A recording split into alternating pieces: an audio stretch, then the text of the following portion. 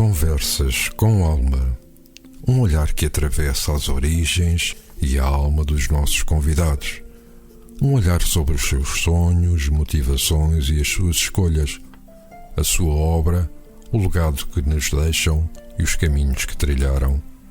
Conversas com Alma. Um programa de Luís Filipe Silva, aqui na RLX Rádio Lisboa e agora também em DO Multimédia. Ora, vivam, sejam bem-vindos a mais uma edição de Conversas com Alma. Esta edição vai ser algo diferente daquilo que costuma ser habitualmente realizado. É um debate entre o politólogo Paulo Bernardo e Sousa e o sociólogo Fernando Sousa Silva. Cumprimento ambos e agradeço a ambos a disponibilidade para poderem estar nesta nossa conversa. Vamos falar de ódio. O ódio, que é um sentimento intenso que leva à raiva e à aversão, acaba por se traduzir na forma de antipatia, até mesmo rancor, desejo de limitar ou destruir, e poderá basear-se no medo injustificado ou não. O ódio anda próximo da xenofobia, compartilha os mesmos caminhos, também as mesmas características com o racismo. Pode ter como alvo não apenas pessoas de outras regiões, mas também de outras culturas, outras crenças e até mesmo outras origens e características físicas. Ora bom, em Portugal o ódio alastra no espaço público, é uma realidade. Já nem sente sequer a necessidade de se esconder ou até mesmo de se disfarçar. Ora, todos nós, e começo por si, Paulo, todos nós nascemos em estado de pureza. Ora, como é que deixamos que o ódio tome conta da nossa vida? Antes de mais, boa noite. Quero cumprimentar o Luís, quero cumprimentar também o Fernando, de novo numa conversa que vai ser certamente profícua. É verdade, o ódio não é nada que nasça connosco. Ao contrário, muitas vezes o homem não nasce naturalmente mau, antes pelo contrário. A verdade é que o ódio, tal como todas as outras coisas que nos informam, podem ter 2 a 3 origens. Terão origens exógenas, de influência social, de influência cultural. Terá também aquilo que é a capacidade do indivíduo de interferir no seu próprio eu, de aceitar ou não aceitar aquilo que lhe é colocado à disposição para ser o quê. Isto está há muito tempo visto, que todos nós somos influenciados pelo ambiente, mas todos nós também reagimos ao ambiente de forma diferente e, portanto, nem sempre o ambiente é fatidicamente o construtor do indivíduo. Também, às vezes, isso serve muito como desculpa, porque à volta toda a gente é racista, eu também vou ser, e de repente há 2 ou 3 que não são. Então, se calhar, o próprio indivíduo em si, a priori, terá algumas competências que até poderão ser justificadas geneticamente, apesar deste ser sempre um caminho perigoso, justificação genética, mas poderão ter, a priori, algumas competências que nos permitam saltar desse fado de se deteriorarem enquanto indivíduos. O ódio abre caminho a muita coisa e abre caminho à facilidade em tentar resolver problemas que têm uma maior profundidade. E o ódio ajuda aos caminhos diretos, porque do ódio à violência é um instante e do ódio aos maus tratos é um instante e num instante estamos a falar de gente perseguida pela cor, pelas suas soluções e opções pessoais, pela sua religião, até pela roupa que vestem, pelos seus trejeitos, por um conjunto de barreiras que nós vamos criando artificialmente e que nos dão um jeito. E temos que assumir isto. Estas barreiras que depois se manifestam pelo ódio, elas dão um jeito. Dão um jeito porque é mais fácil justificar eu não ter emprego, porque tenho alguém que veio roubar o meu emprego, entre aspas, do que eu admitir a minha própria incompetência em conquistá-lo, ou de não ter feito algum trabalho de base para o conseguir garantir. É sempre muito mais fácil remeter isso ao terceiro.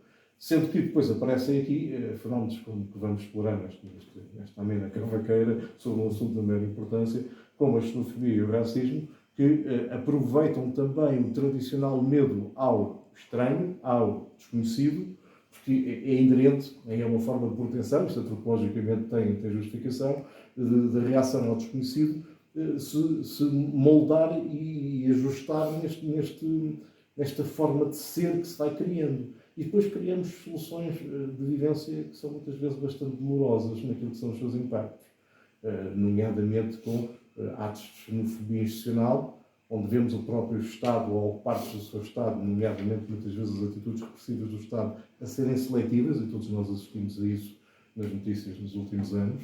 Ou também vemos uma outra coisa, que é as práticas de xenofobia socialmente incorporadas, em que vamos deitando aqui uma piada, vamos ali dizendo qualquer coisa sobre o manco, qualquer coisa sobre a tez, qualquer coisa sobre aquele grupo é lento, aquele grupo não faz isto, aquele grupo não faz aquilo, e estamos. E no final disto tudo ainda temos ousadia dizer que não somos nem xenófobos nem racistas, mas no final disto tudo demos um contributo enorme para suprimir o direito à existência de muita gente. Fernando, concordas com esta descrição sobre as origens do ódio feitas aqui pelo pelo Paulo Bernardo de Sousa? Quais são as causas do ódio para ti? O que é que causa o ódio? Eu concordo com o Paulo. Aliás, aqui não há parte. Há pouco estava a falar com o Paulo e estávamos a dizer que nós já nos cruzamos várias vezes neste tipo de atividades e esperam sempre um grande debate entre nós, mas nós concordamos muito mais vezes do que aquelas que discordamos. E bem, foi um comentário que o Paulo fez e com o qual eu concordo. E também concordo com estas razões que o Paulo apontou. Eu, apesar de ser sociólogo, arrisco aqui também uma visão antropológica. Isto tem muitas vezes a ver, por aquilo que eu leio e daquilo que eu conheço, com uma certa aprendizagem que nos vem desde os tempos do Paleolítico, em que tínhamos que defender o território para garantir a subsistência do nosso clã, da nossa comunidade, da nossa família. Portanto, e vemos esse comportamento nos animais, há animais extremamente territoriais, exatamente porque há competição pelos recursos. Então, se vem alguém de fora do nosso território, vem fazer competição aos nossos recursos, vai-nos eventualmente prejudicar na nossa sobrevivência individual e coletiva. Portanto, isto são comportamentos aprendidos. E eu concordo também com a ideia do bom selvagem. Ninguém nasce a saber odiar. Não, se calhar uma criança, um bebê, muito mais depressa mostra comportamentos de afeto do que de ódio. O ódio é aprendido, mas é socialmente e culturalmente aprendido. E há razões que podem remontar ao tempo da Idade da Pedra, mas se formos a analisar ou transpor esta análise, se calhar para os nossos tempos mais contemporâneos agora, aquilo que se calhar estamos a ver é que muita da xenofobia deve-se àquilo que o Paulo também mencionou, que é: estes vão-me roubar os meus empregos. O que se esquece muitas vezes, por exemplo, relativamente aos imigrantes, e nós somos neste momento um país de imigração, esses imigrantes vêm muitas vezes ocupar as funções laborais, os trabalhos que os nativos não querem.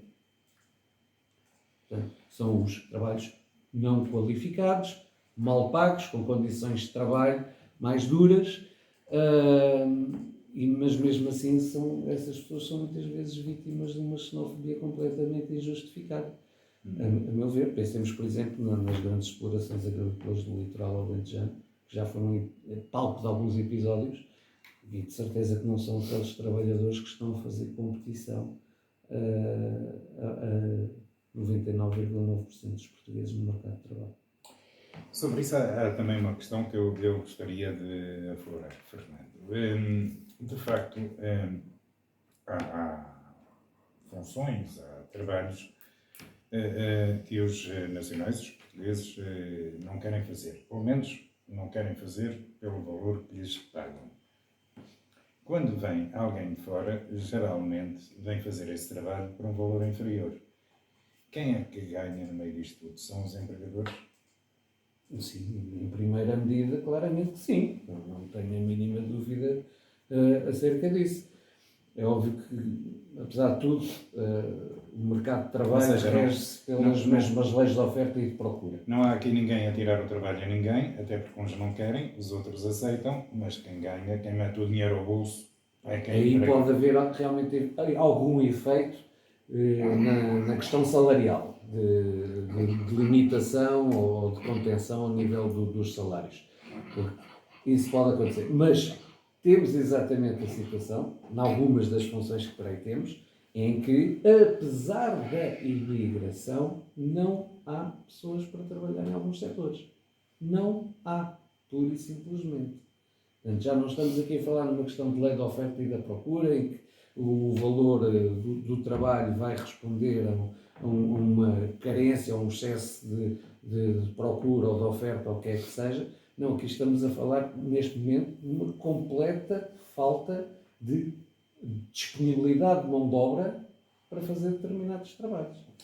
E depois estes imigrantes que vêm fazer esses trabalhos ajudam também à sustentabilidade da nossa segurança social.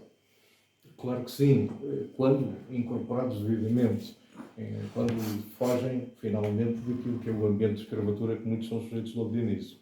Porque a verdade é que quando eles passam a participar do sistema, eles vêm compensar aquilo que nós não, de alguma forma, não previmos. Porque a verdade é que andamos há anos a dizer que temos um problema de renovação das gerações, de renovação da população, e neste momento estamos altamente carenciados, como dizia a Fernanda muito bem, estamos altamente carenciados de pessoas, e pessoas para produzir.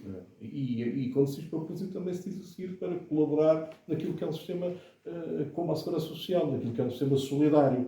Ora, só pode ser solidário se tiver alguém. A verdade é que não temos tido gente. E mesmo estas pessoas também não entram logo, infelizmente não entram logo no sistema, mas quando entram, e atenção, sabe-se que algumas comunidades participam em grande parte para aquilo que é o bolo da segurança social, não consumindo nem 20% daquilo que dão.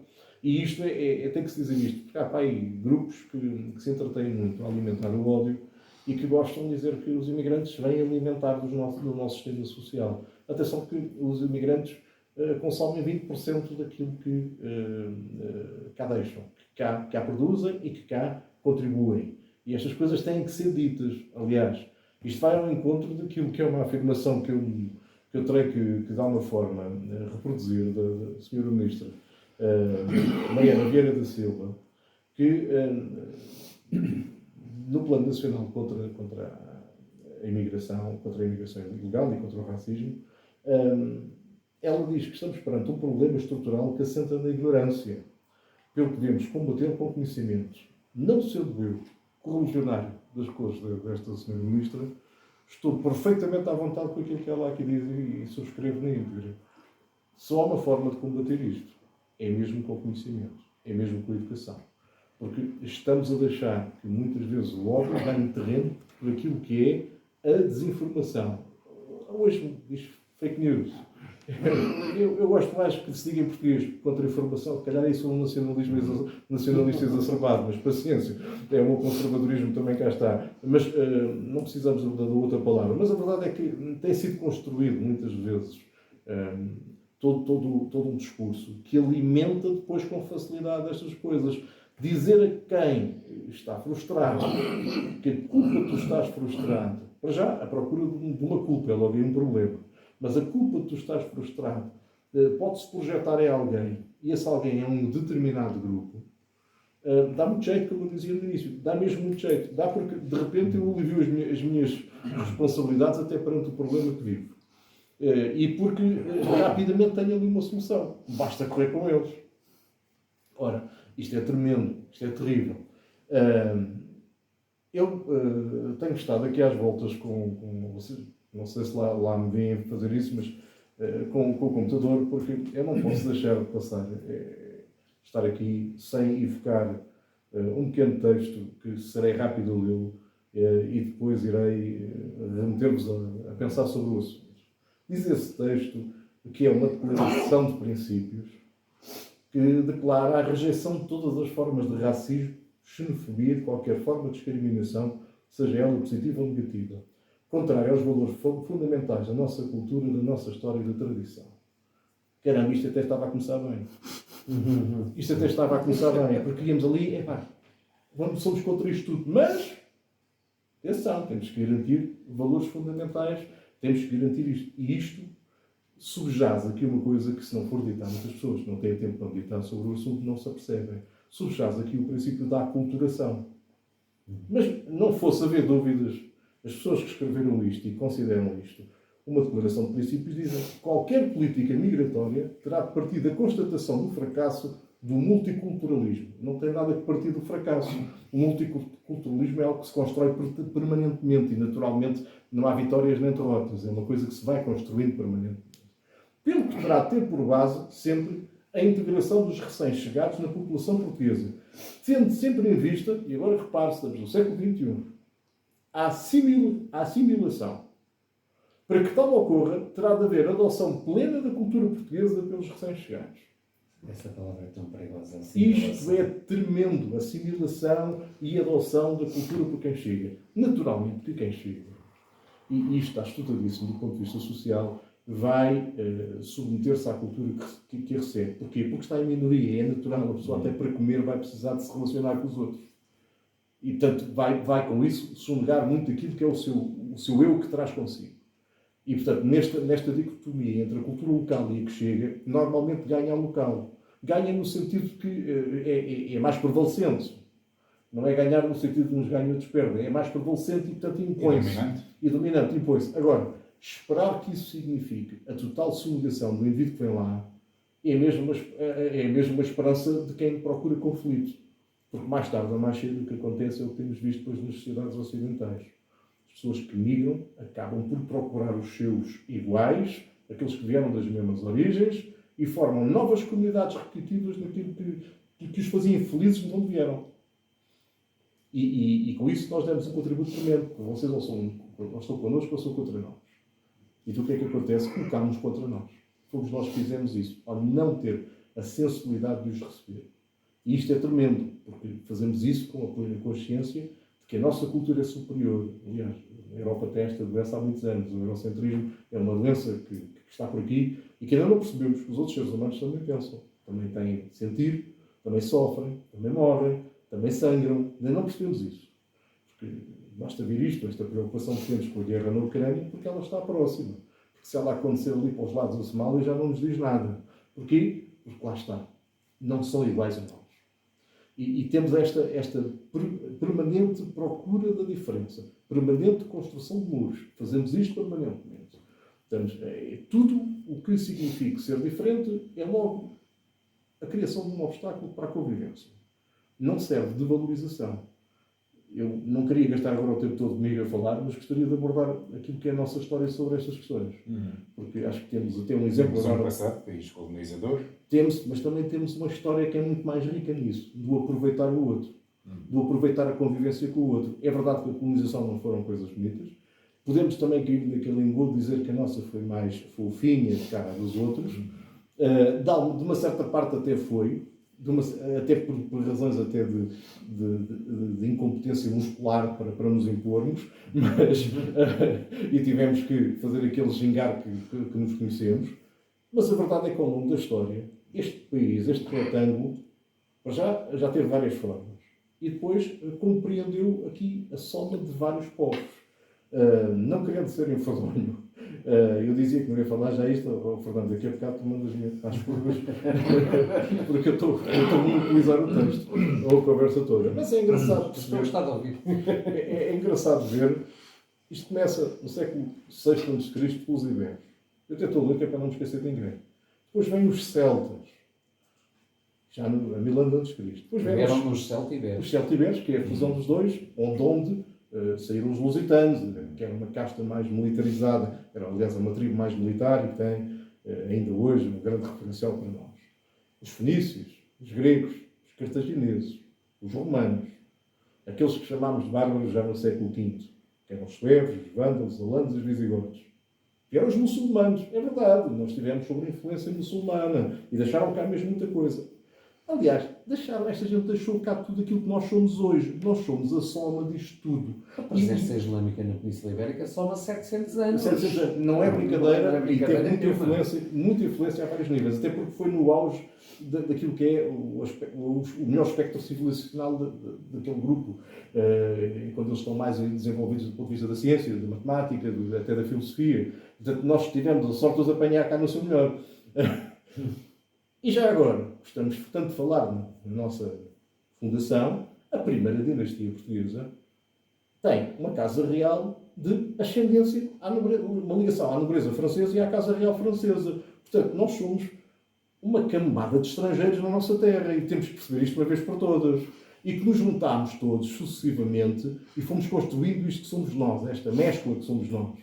Permite-me acrescentar uma coisa, Paulo. Ainda estamos a esquecer que muito do nosso povoamento feito durante a primeira dinastia foi com flamengos, com bretões. As colonizações dos Açores e da Madeira foi feita com gente estrangeira que era convidada pela coroa para colonizar aqueles territórios.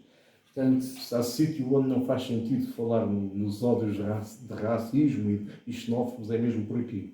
Porque nós não somos aquilo que muitos gostariam de chamar de raça pura. Eu sei que já tivemos o Dia da Raça para celebrar, mas o raio desta raça é uma raça miscigenada. Portanto, vamos assumir isto uma vez por todas e esquecermos destas loucuras. Porque tem a tez mais escura, porque tem o olho mais esquinudo, porque tem o olho mais claro, o cabelo mais escuro. Não interessa para nada, porque nós somos isso tudo. E isso tem sido a riqueza que faz com que 10 milhões de marmanjos aguentem um país, mal ou bem, mas estando cá. E é o país mais velho da Europa, com fronteiras instituídas. De uma vez por todas temos que perceber que se calhar a mais-valia não foi termos fechado sobre um grupo. A mais-valia foi sempre o contrário. Foi a aceitação. Claro que está, que a aceitação tem regras, o mundo muda, há novas circunstâncias, há preocupações com a segurança, há sempre preocupações com a segurança. Há sempre preocupações com a segurança. Não caiamos no disparate de, como já fizemos também há alguns momentos, que isto não foi só flores, de irmos atrás do conto dos meninos, do conto securitário, que depois nos dão toda a segurança do mundo. Depois dão-nos tanta segurança até nos asseguram que nós estamos seguros de nós próprios, porque nem conseguimos pensar nem falar. E portanto vejam lá que caminho é que querem fazer. Porque tudo isto tem um enredo que leva sempre ao mesmo fim. Leva sempre a um destino autocrático. E eu tenho muito cuidado com isto, e aquele texto que vos li há pouco, procurem na net. E vão ver que força política recente vos traz esta novidade. Porque isto não é dito publicamente, mas está no site da própria força. Eu recuso-me a dizer o nome dessa força, porque não merece a publicidade. Defendo o indefensável, eu não posso aceitar isso. E aqui, olha, se calhar sou dogmático. Mas temos ao cabo e ao resto que estar atentos e tomar uma posição em relação ao crescimento e ao desenvolvimento do ódio, sendo ele transmitido de geração para geração. Estamos aqui perante um problema educacional. Não se trata de construir muros, é antes o contrário, derrubar muros pelo conhecimento. Aí vamos dar a importância que uma disciplina que infelizmente não agrada a todos, a disciplina de cidadania, podia ter na ajuda também à erradicação do ódio.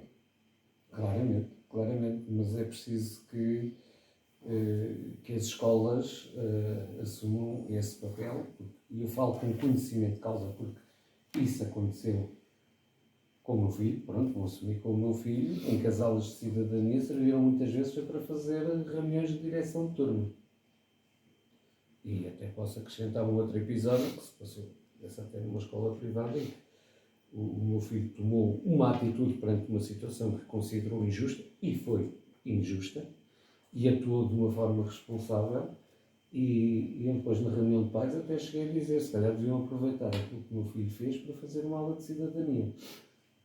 O que acabou por acontecer é que o meu filho acabou por ter que sair da escola. Mas enfim, não vou identificar a escola. E, no entanto, é um miúdo com um comportamento escolar que não tem nada a apontar, até é miúdo de boas notas e gosta de ser discreto. Mas há coisas com que ele não pactua e acho muito bem. Defendi-o nesse ponto. Aqui, mais do que a questão só educacional, não vai resolver isto.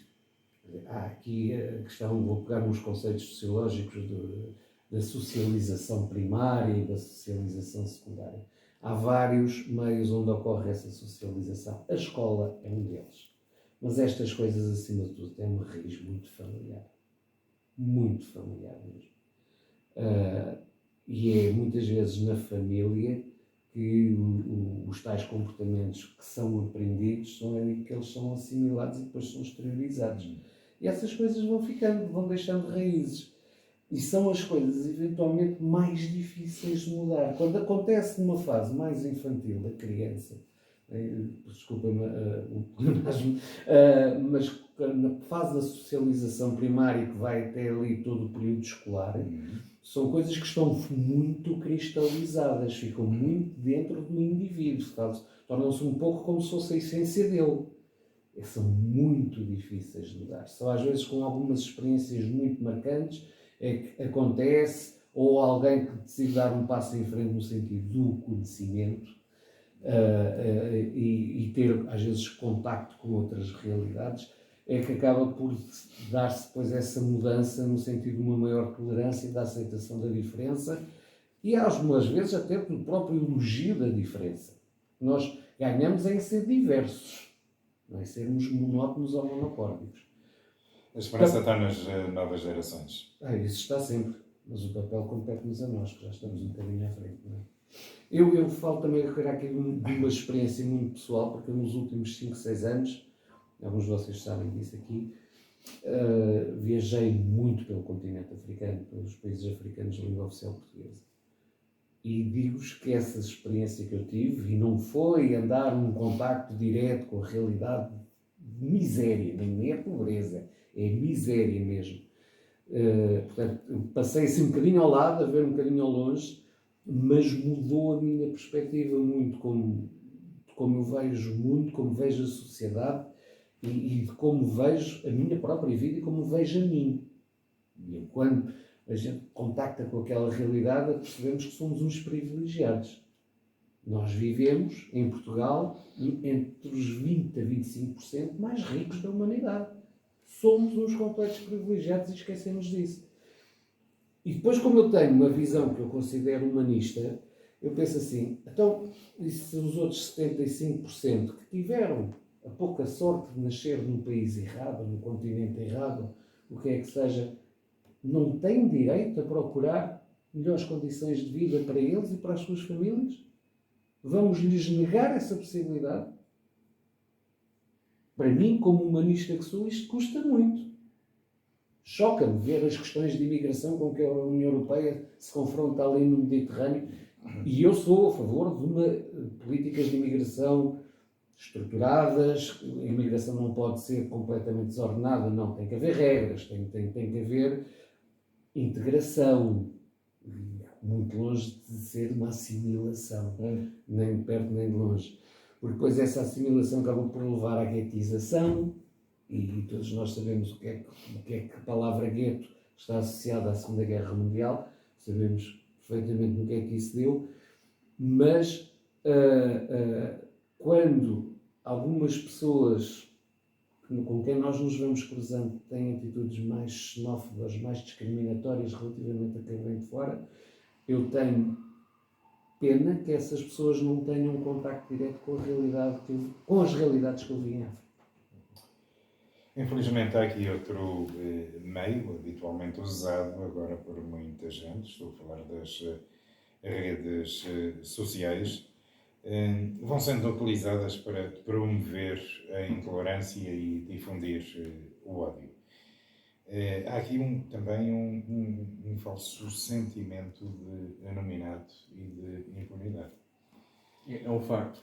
Deixe-me só um pouco atrás ali, só para agarrar numa última coisa que o Fernando ali disse, que acho que as pessoas deviam refletir.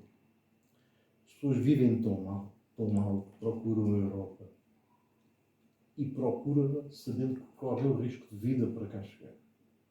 Só isto nos deveria fazer refletir. Tal é o desespero. Tal é o desespero. Nós estamos a este nível. As pessoas atravessam o Mediterrâneo sabendo que têm 50% de lificar. 50% de hipótese de lificar. E, no entanto, continuam a atravessá-lo. Isto devia-nos fazer refletir duas coisas. Primeiro, as condições a que as pessoas se submetem. E porquê? Porque os próprios países onde estão não estão capazes de lhes dotar os mínimos para lá existirem. E porque nós, vamos ser honestos, continuamos a saber dos países deles como autênticos caixotes de lixo. Porque nós não estamos, temos a ajuda ao desenvolvimento, continua a ser uma brincadeira, um palavrão bonito.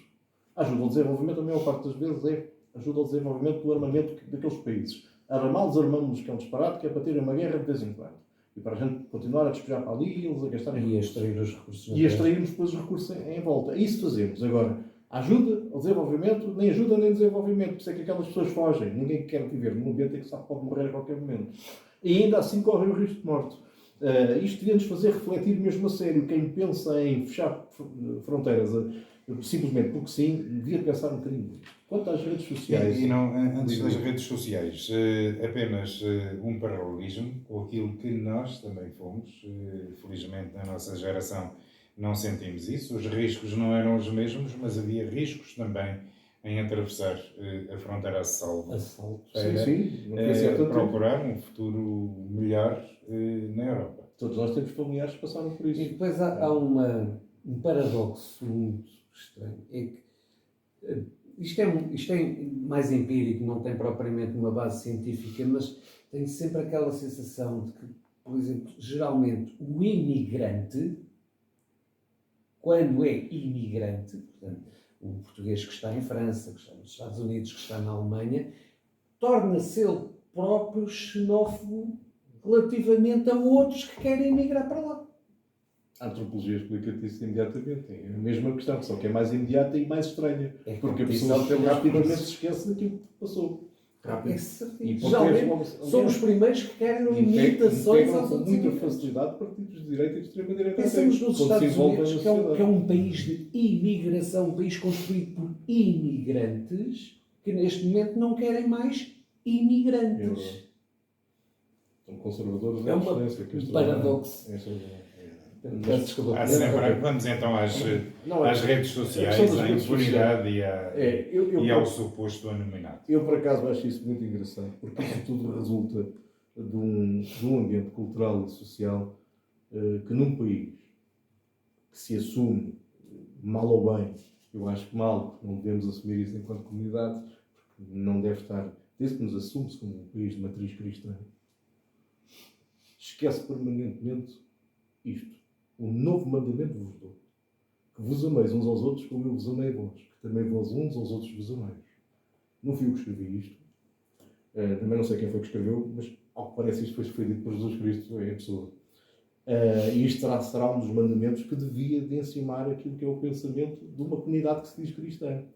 E quando diz que vos ameis uns aos outros, ele diz que vos ameis aos brancos, vos ameis àqueles que têm a mesma orientação, vos ameis... Não, ele diz uns aos outros, é todos. Não há cá exclusões. Não é dito que vos setorizem e depois amem-se por setores. Não é dito nada disso. O Papa veio a Portugal dizer isso. Veio dizer isso, é verdade. Honra seja feita por isso. Mas a verdade é que isto está ao alcance de qualquer pessoa, de ler isto e de saber isto. Aliás, é provavelmente um dos mandamentos daqueles dois de Cristo mais conhecidos. Até que o homem é ele também, não é? E, portanto, digamos, é a forma que ele tem de resumir o decálogo. E parece que nos esquecemos. Temos aquela coisa, uns batem com a mão no peito, uns vão ao domingo aqui, outros vão ao sábado acolá, outros vão ao domingo também a outros sítios ainda, mas depois saem e de repente tudo volta ao mesmo e continuamos a segregar-nos massivamente e todos alegres. Pois enganem-se ou desenganem-se. O ser humano é um ser gregário por natureza. Segregar-nos é uma prejuízo porque é a antítese do que somos. E portanto, logo aí temos um problema. Quanto às redes sociais, elas são um fenómeno em si mesmo. Eu nunca vi tanto ramo de teclado como vejo ultimamente. E eu pergunto-me se muitas das coisas, aquilo que escrevem num teclado, se seriam capazes de dizer olhos nos olhos. Porque aí é que íamos ver a firmeza das convicções e do caráter. Porque a verdade é que é muito fácil, atrás do teclado, despejar em cima e chamar nomes a toda a gente, insultar, pôr em causa, denegrir. É sempre muito fácil atrás do teclado. E, portanto, também é verdade que o nosso sistema repressivo ainda não está capaz de ir atrás de todas estas circunstâncias. Mas já é possível identificar Já é, quem já é. toma essas posições e quem as divulga. É verdade, mas também, E também é possível penalizá-los. quando a auditoria Já das houve próximas conduções redes... judiciais. É verdade, mas quando a auditoria das próprias redes sociais é tontamente seletiva, ainda me deixa mais preocupado, porque muitas vezes elimina aqueles que contrariam estes comportamentos, que é extraordinário. Já me aconteceu ficar suspenso várias vezes e ficar assim, mas a sério? O outro fulano é que estava a dizer disparates, não era eu. O outro fulano é que estava a bater em toda a gente, não era eu. Fui lá só defender aquilo que é o senso comum. Mas há também, Fernando, também quem diga estes disparates publicamente. Os chamados fãs do discurso do ódio, E que os usa alguns politicamente. figuras políticas com alguma responsabilidade, enfim, deveriam ter mais cuidado com as barbaridades que às vezes dizem. Bem, para começar, o meu raciocínio tem que ir buscar, acho que é o artigo 13 da Constituição da República Portuguesa, princípio da igualdade. Não faltava ir mostrar no computador, tinha preparado. Portanto, logo por aí. Mas quando vamos analisar uma proposta política que tem tido um sucesso eleitoral, infelizmente, nos últimos anos, e vamos ver o programa daquele partido, a meu ver, a meu humilde ver, deveria ser considerado ilegal. Mas pronto, tudo bem. Continuamos por aí. O que estes partidos fazem, e muitas vezes é propor soluções que são aparentemente simples, mas para problemas que são muito complexos. Porque se as soluções fossem simples, qualquer política adotava-as no primeiro momento que estivesse no governo, ou que estivesse numa função de governação. Portanto, agora, os problemas são complexos e não se resolvem com soluções simples. São multidimensionais, têm vertentes económicas, têm vertentes financeiras, têm vertentes sociológicas, têm vertentes culturais, têm vertentes religiosas. Mas só que esses partidos propõem exatamente vamos resolver o problema da imigração como? Vamos fechar as fronteiras. Pronto. E nessas Só soluções que isso levantar-nos-ia logo uma miríade de problemas brutal. E mais, nas redes sociais eles encontraram um palco para difundir essas ideias. Um palco privilegiadíssimo. Quer dizer, hoje em dia qualquer um de nós pode ser rede. E muitas vezes, no meio dessas soluções aparentemente fáceis que divulgam, misturam injúrias, ofensas e defendem-se com o facto de terem direito à liberdade de expressão. Ora, a liberdade de expressão não Eles contempla vão isto. cortá-la logo um dia, à primeira oportunidade é aquilo que eles vão logo cortar. Aliás, naquele texto que eu li no início, a primeira iniciativa é essa, que é aquela de dizer, tu vais-te converter a nós. Tu vais perder a tua liberdade de seres tu e de te expressares como estás habituado. Tu tens que ser como nós. Já está ali, nem é preciso esperar. Já está ali. Já está ali implícito bem o programa destas pessoas. Tenho pena que os nossos juízes do Palácio Ratão não tenham tido capacidade de perceber a priori o que é que vinha aí e era bem claro para toda a gente o que é que vinha aí. Para mim continua a ser claro. E Mas eu acho que o que está no fundo disto tudo é o medo. As pessoas hoje em dia vivem com medo do mundo que está instável, que está difícil, que está em guerra. Temos que nos mentalizar, nós estamos numa economia de guerra, o mundo está em guerra. E o medo torna muito facilmente as pessoas manipuláveis. No fundo, isto não é nenhuma novidade, isto tem sido uma estratégia usada ao longo da história da humanidade e levaram às maiores carnificinas. Só em 2 guerras mundiais foram cerca de 70 milhões de mortos. A jogar com medo. Gostaria de saber a vossa opinião sobre outra vertente nesta questão. Já aqui falámos das redes sociais, elas, enfim, têm o sucesso que têm, provavelmente também porque a comunicação social não tem sabido adaptar-se aos novos tempos e não tem sabido concorrer com estas redes sociais. A comunicação social que temos em Portugal é permissiva também em relação a este discurso de ódio? Não sei se intencionalmente, se não vou fazer juízo de valor.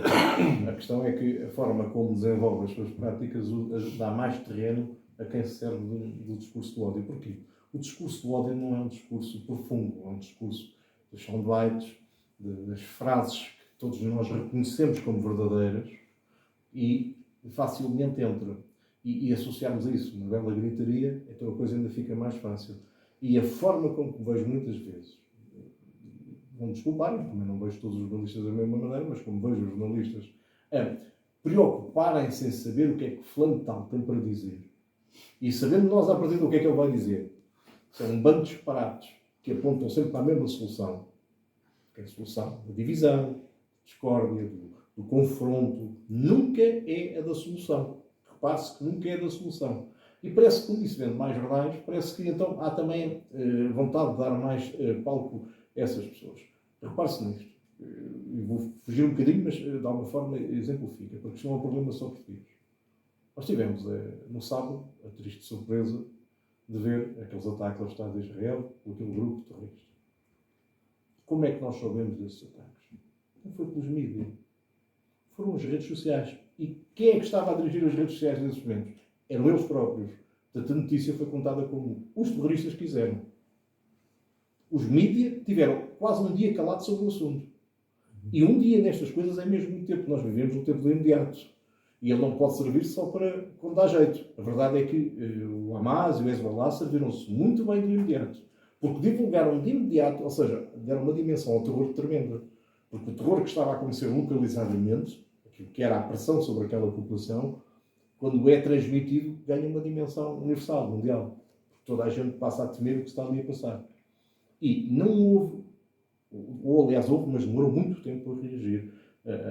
A imprensa e as televisões a reagirem e a acompanharem a notícia do momento, que era aquela. Já há uns anos tiveste o caso do Estado Islâmico, que quando nós começámos a receber notícias do Estado Islâmico, já era o suposto, como diz o Nuno Rogério, o suposto Estado supostamente Islâmico, como ele costuma dizer, já era uma realidade bastante extensa até em termos territoriais e uma ameaça séria à segurança mundial até.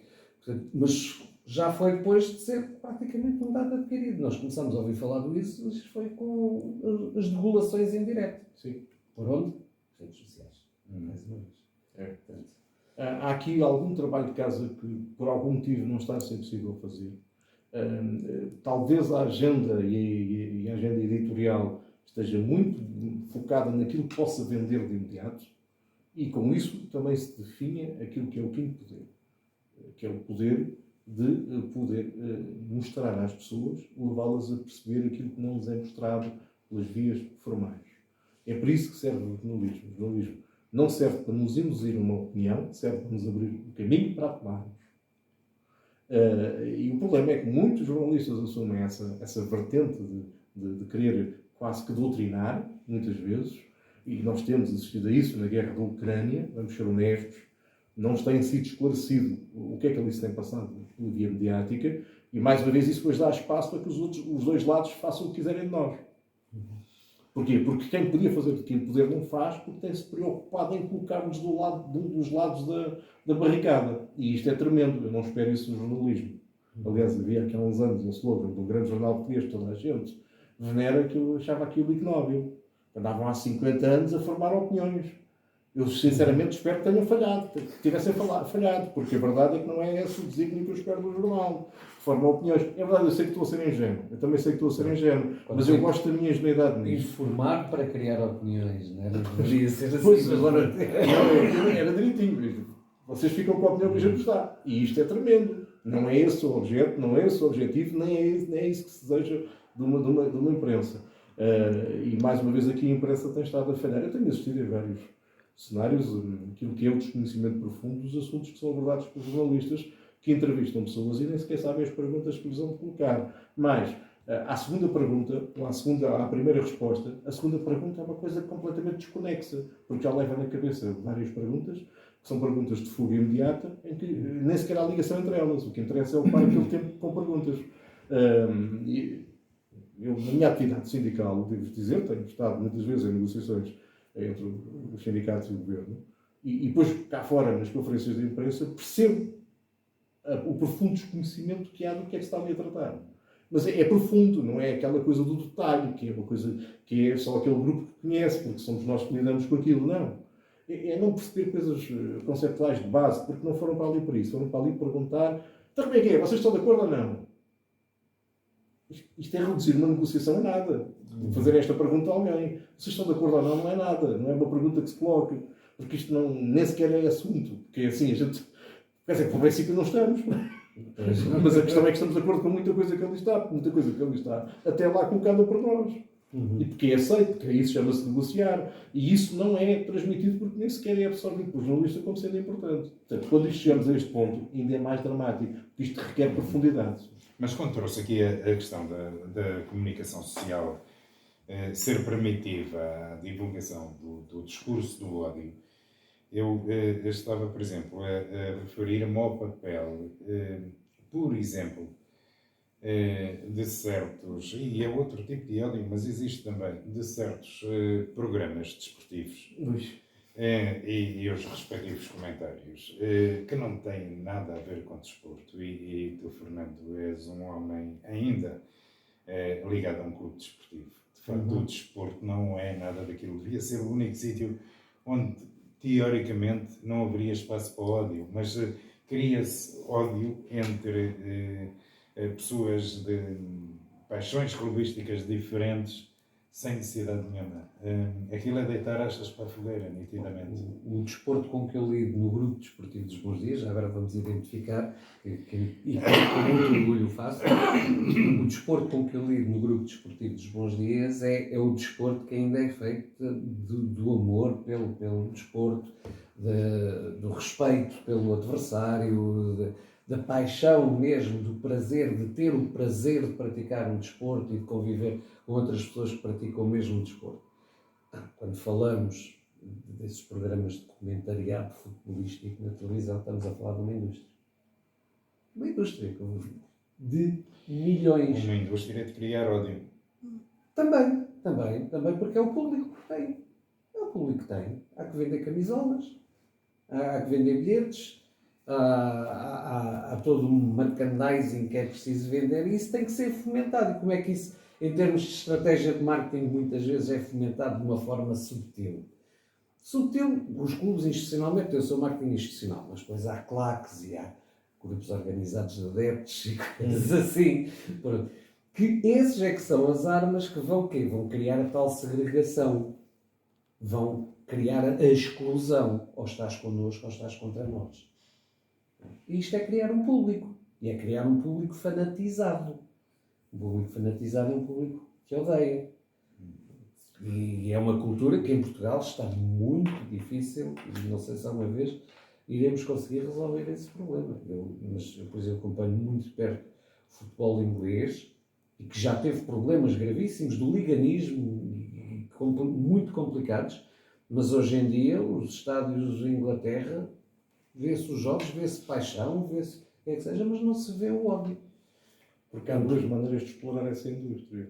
Uma é a portuguesa atualmente, que é criando um público fanático, cego, que nem sequer percebe que não vale a pena levar com um calhau na cabeça por causa daquilo, e muitas vezes ele resta com o outro lado. E depois há os outros, que até ainda fazem mais dinheiro, que apostam na qualidade do espetáculo, daquilo que se faz nas quatro linhas, na qualidade daquilo que é feito, aquilo que é o desempenho do desporto e também a qualidade até dos outros atores que são normalmente menos falados nesses países do que cá. Arbitragens e afim. Porquê? Porque a qualidade ali é que traz o dinheiro. E depois lá vem o merchandising todo atrás. Não é preciso esquecer, os ingleses vendem estas camisolas para todo o mundo. E não há problema nenhum com isso. Portanto, qualquer clube da segunda liga inglesa tem um orçamento que rivaliza com o orçamento dos três grandes. E, no entanto, não tiveram que pôr ninguém à molhada com ninguém. Não tiveram que usar o... Aliás, é no momento em que eles invertem esse processo que aquilo cresce. Exatamente. Aliás, os espanhóis perceberam isso também. A saída de Messi e de Ronaldo do Campeonato Espanhol, de imediato, fez descer a qualidade e a própria Real Federação Espanhola teve função disso. Fez descer a qualidade do campeonato e o anseio de ter ali pessoas que trouxessem uma performance que desse àquele campeonato aquilo que se pretende, que seja um espetáculo. O nosso espetáculo é vamos ver a bola e acabamos um espetáculo de pugilato. Realmente pode ser desporto em alguns ambientes. Na minha cabeça não é. Temos aquelas contradições de muitas pessoas que se calhar são os primeiros a ser contra a imigração, mas depois, se for preciso ir buscar um jogador brasileiro que é muito bom, esse pode vir. E até se lhe arranjar a nacionalidade portuguesa, ainda vai parar à seleção portuguesa. Mas também não tem problema nenhum. Também não, mas acho engraçado que são essas pessoas que tomam essas iniciativas. Exato. Estamos no final da nossa conversa, do nosso debate. Deixem-me aqui, e a propósito do desporto, recordar um bom exemplo, porque nem tudo é mau. Há uns dias atrás, duas equipes da mesma cidade, por imposição do sorteio, defrontaram-se para uma eliminatória da Taça de Portugal e ambos os jogadores, os diretores das duas equipes estiveram em conjunto nas conferências de imprensa, estiveram em conjunto na oferta de convites à população da cidade para poder ver esse derby. E foi um bom espetáculo de futebol, naturalmente um teve que ganhar, o outro perdeu, mas era assim que podíamos estar no desporto. Pena é que esta situação não tenha sido divulgada em detrimento de outras que não mereciam ter sido. No final desta nossa conversa, Paulo e Fernando, deixo-vos 2 minutos para as vossas declarações finais. Olha, eu, não fosse a ciência política a minha formação, acabo de ser iragente de tudo isto. O nosso contrato social, há bocado, o Fernando quase que roubava este bocadinho, quando foi buscar o artigo 13º, que é um artigo que apela à igualdade, que define a igualdade como sendo aquilo que nos rege.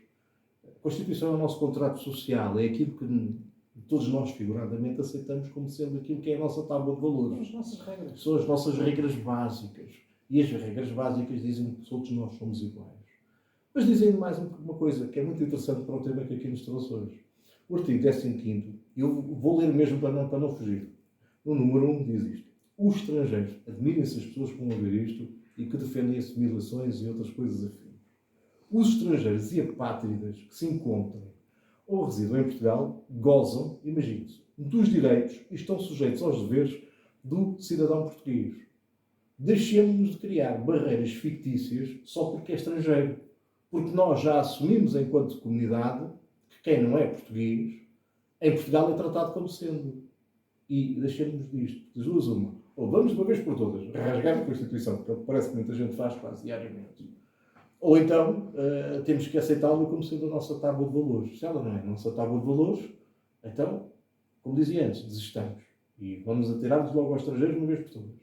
Está ali afirmado que os estrangeiros têm os mesmos direitos que qualquer cidadão português.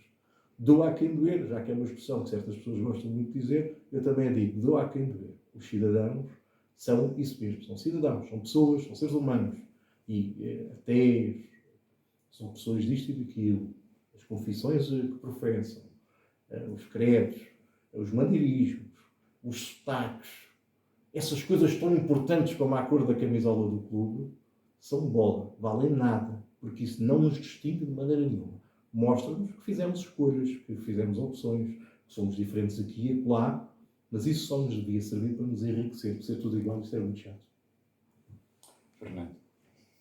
Eu quando falam de xenofobia, eu lembro-me de uma coisa que li há pouco tempo em uma rede social, de alguém que se assume claramente de extrema-direita, o meu conhecido, e que o grande pavor dele é o fim da civilização ocidental. Estamos a caminhar para o fim da civilização judaico-cristã, ocidental e o que é que seja.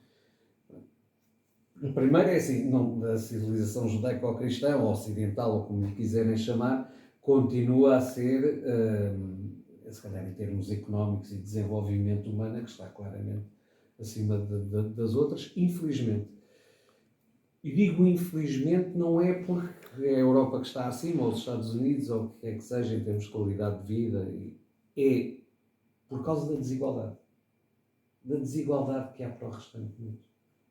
E aí está muitos dos problemas que nós enfrentamos hoje em dia com a imigração, têm a ver exatamente com as desigualdades abismais que existem, por exemplo, dos dois lados de um mar tão pequeno como o Mediterrâneo.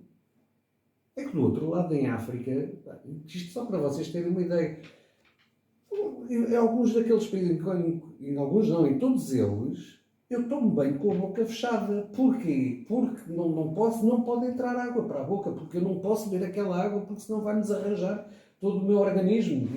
Portanto, aquela gente tem uma dificuldade enorme em ter acesso a uma coisa tão básica como água potável. Água para beber. Portanto, quem é que não há de querer fugir destas realidades? Quem é que não há de querer procurar o melhor para os seus filhos, correndo todos aqueles riscos de vida pavorosos? E a civilização ocidental, obviamente, atrai. E aqui a civilização ocidental, estou a usar o conceito lá, inclui os Estados Unidos e a Europa. Obviamente que atrai, porque é um Eldorado, é onde estão garantidos a maior parte daqueles direitos que estão na Declaração Universal dos Direitos Humanos. É, se calhar, o único sítio do mundo onde eles são, na sua quase totalidade, garantidos. Não são garantidos em mais sítio nenhum do mundo. Começamos pela Rússia, passamos pela Ásia, África, muitos países da América do Sul, e não são garantidos. E depois há aqui um pormenor, é que a Declaração Universal dos Direitos Humanos não é um ideal. Não é um ideal de convivência humana, de qualidade de vida, de dignidade. Não, é um mínimo. É um patamar mínimo, é um patamar ético. É aquilo que cada ser humano, quando nasce, tem direito só porque existe. Para ter um mínimo de dignidade. E há muita gente que se recusa a admitir isto. Exige-o para si, mas depois renega-o aos outros. Isto também revela muitas vezes o caráter de algumas pessoas que defendem estes princípios. Ora, sendo a civilização ocidental o baluarte dos direitos humanos, com limitações e com problemas, e que todos nós sabemos, ela não se vai extinguir. Vai transformar-se. Se não se transformasse ainda hoje, estávamos aí a lutar com armaduras em ferro e à espadeirada, não é? Não é por aí, estávamos ainda num sistema feudalista. Não, vai mudar. Vai, se calhar, enriquecer-se com contributos de outros, vai evoluir, vai aprender. Há uma tendência histórica para, eventualmente, apontar para algum declínio da civilização ocidental, porque nenhuma é eterna. Tudo bem, mas as civilizações, geralmente, quando recebem contributos de fora, de outros, enriquecem-se e prolongam a sua vida e a qualidade de vida das pessoas que eles integram. Portanto, a xenofobia é baseada no medo, mas que é completamente irracional e artificial. E muitas vezes até injustificado. Muito bem, agradeço a ambos a disponibilidade que tiveram para podermos ter aqui esta conversa tripartida sobre o ódio, também a abordar os caminhos da xenofobia, do racismo. Ficámos a saber que é importante tomar atitudes, sobretudo, que contrariem o discurso do ódio. Nem sempre as facilidades que são transmitidas se tornam realidades depois a poder ter em conta. Nós voltamos para a semana com outro tema e com outro convidado.